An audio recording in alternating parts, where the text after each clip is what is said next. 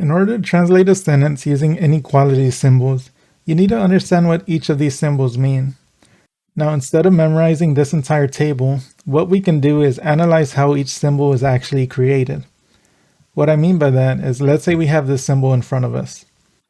If we read this symbol, or if we kind of trace the symbol from left to right, what we'll notice is that this symbol starts off small. So we say that this is a less than symbol.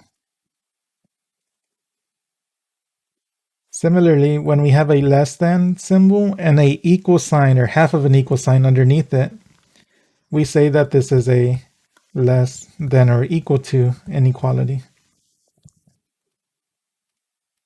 Now, if we flip the symbol around and we go ahead and trace this from left to right, we'll notice that this starts off large. So if it starts off large, we say that this is a greater than inequality symbol.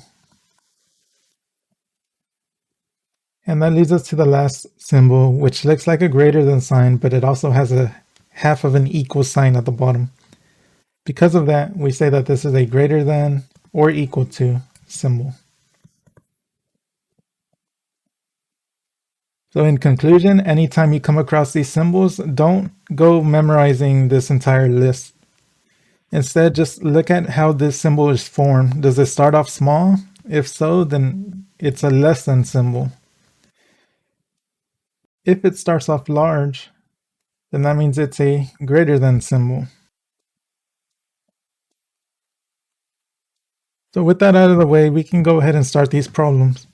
Now, in most cases, we're going to read the statement that's given to us from left to right, and we're going to write down everything in that order. So for this problem, we have 7 is greater than a. So we're literally going to write down the 7 first. Is greater would look like this symbol.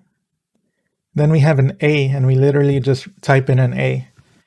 So this is my final inequality for the problem.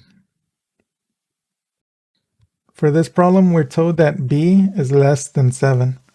So we start off with b, and we need to write a less than symbol.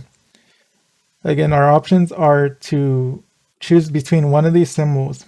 And without necessarily memorizing which one belongs to a less than or greater than sign, if we read it from left to right, this symbol on top starts off small, so this is a less than, whereas the bottom symbol starts off fairly large, so that would be a greater than sign. In this case, b is less than 7, so we choose this symbol here, and we write a 7 afterwards, and we're done with the problem. For this problem, we're told that 5 is greater than or equal to c. So we would write a 5, and we're using a greater than symbol, so we write it like this, where this symbol starts off large. 5 is greater than or equal to. Because we have the or equal to, we need to put this underline underneath it. And we put a c afterwards. And that's our final answer.